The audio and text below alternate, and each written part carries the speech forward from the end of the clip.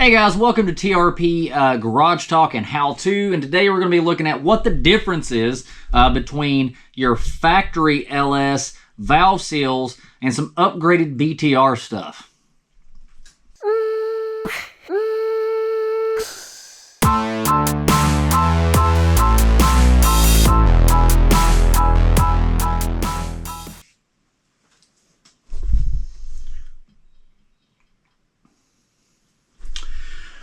Okay, so this is a factory LS valve seal.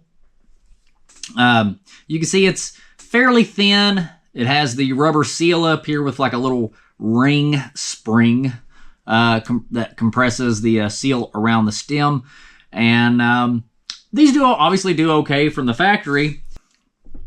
They simply slide right here over top of your valve guide area. And then this also doubles as a seat for your valve spring.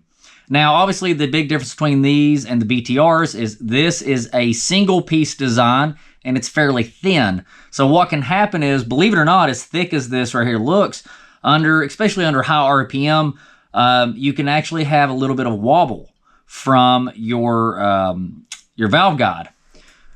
These are not going to do any job of keeping that stationary. Because they're so thin, they don't do a great job of like really keeping the spring seat perfectly still either, especially if you're running a high lift cam. Now this is what you'll get from BTR. This is the spring seat, and you can see that it's much thicker, and it also has a closer circle on the bottom or base right here. So it's going to do a much better job of making sure that this valve guide is stationary and it's not moving around. And this obviously gives a much better platform for the spring to set on. And the way that this is designed, it does a much better job of holding the spring. And then this piece is your seal. Now this part it looks very similar to the top of your factory setup. It's designed essentially the exact same, but this is obviously old and kind of worn out, and you'll notice that the hole is slightly larger, whereas this one is a little bit smaller. So obviously, new, used, and old. So this is definitely going to do the trick for sealing up that leaking oil issue that we've had on Reaper. Now, how do you remove the old ones and how do you install the new ones? So the way that you'll remove these factory ones is obviously you want to clean all of the oil off of it, because you're not going to be able to get a good grip on it otherwise. And if you have decent grip strength, you can normally just clean it off really well, get it dry, and twist it. Once it starts to twist, it pops right off. Now, obviously you'll see a little bit of oil that was trapped underneath there, and that's fine, that's normal.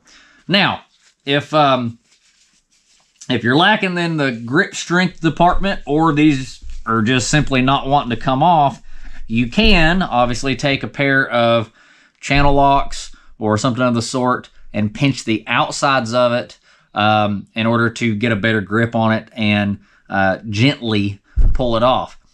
Do not stick needle nose pliers into this part, because you'll end up just sticking it inside the valve guide, and that's terrible. That's going to scar it up, and that's going to end up causing premature wear on your valve. And you don't want to compress this too hard, because again, if you crush this, it's going to make it impossible to pull off practically, and you can also damage the outside of the valve guide. So if you can't pull it off with your hands, get your pair of channel locks, clamp onto it, just tight enough that you can keep a good grip on it. Give it a little twist, a little wiggle, should pop right out.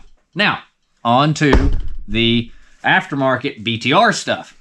You want to make sure that your valve guides are nice and clean and you got all of the dirt and oil and stuff off, because the last thing you want to do is put a fresh new seal down on this valve guide with a bunch of grit and dirt in there, and then you're going to prematurely wear your brand new seals out. So after you've got it all cleaned up and it's ready to go, your spring seat is very simple.